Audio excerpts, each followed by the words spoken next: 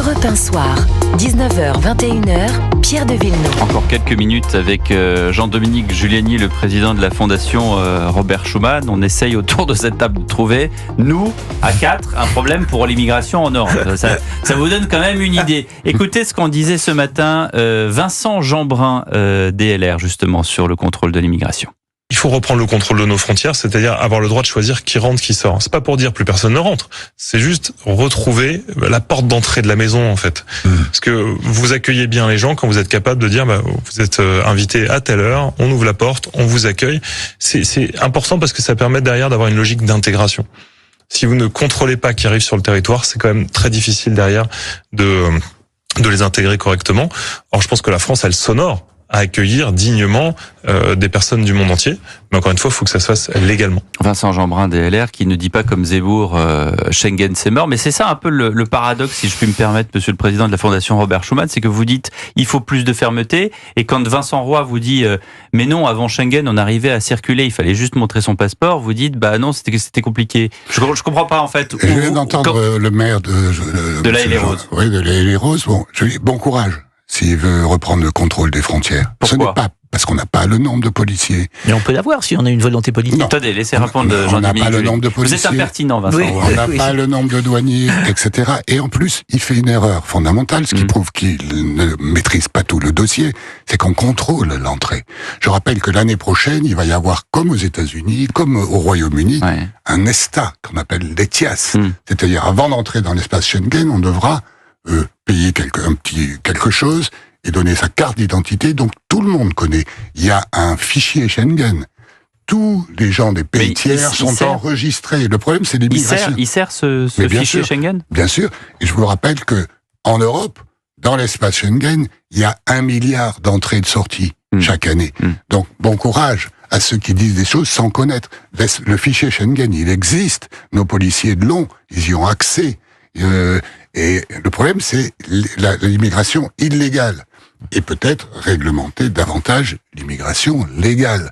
Parce qu'on a eu un projet de loi sur l'immigration, vous avez vu en France, le MEDEF, sans le dire, dit mais moi j'ai besoin de main-d'œuvre, il y a des gens que je ne trouve qu'ailleurs, mais il n'a pas osé le dire parce que c'est pas politiquement correct, et vous avez des hommes politiques qui jouent du violon sur le sujet. À mon avis, quel que soit le gouvernement, un gouvernement Rassemblement National n'aurait pas de résultat.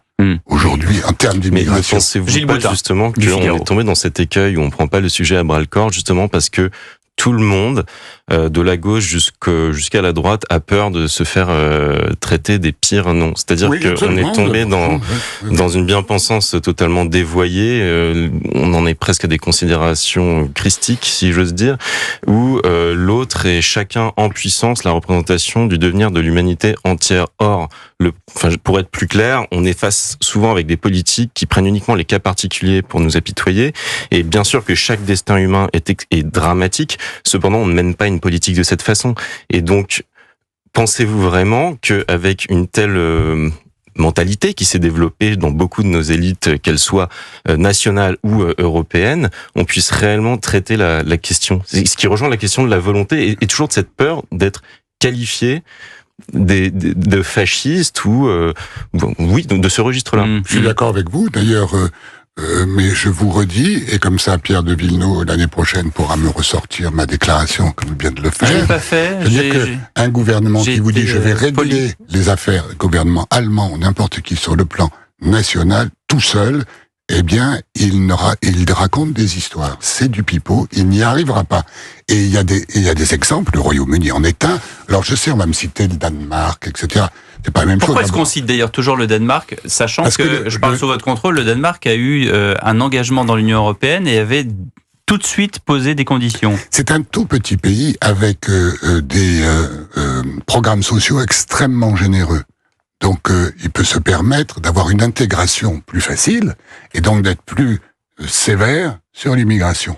Mais pourquoi eux, ils ont le droit et les autres non ? Mais ils ont le droit, parce que nous aussi, on a le droit. On a rétabli les frontières pendant la Coupe du Monde, on a rétabli... Mais ça n'a pas changé. C'est la lutte contre les manifestations. Dernière question, Vincent Roy. Écoutez, je vous écoute, Pierre de Villeneuve a beau dire que je suis impertinent. Je vous écoute. Vous êtes impertinent. Je vous écoute avec je le redis. Il y tient. Merci. Je vous écoute avec beaucoup d'intérêt.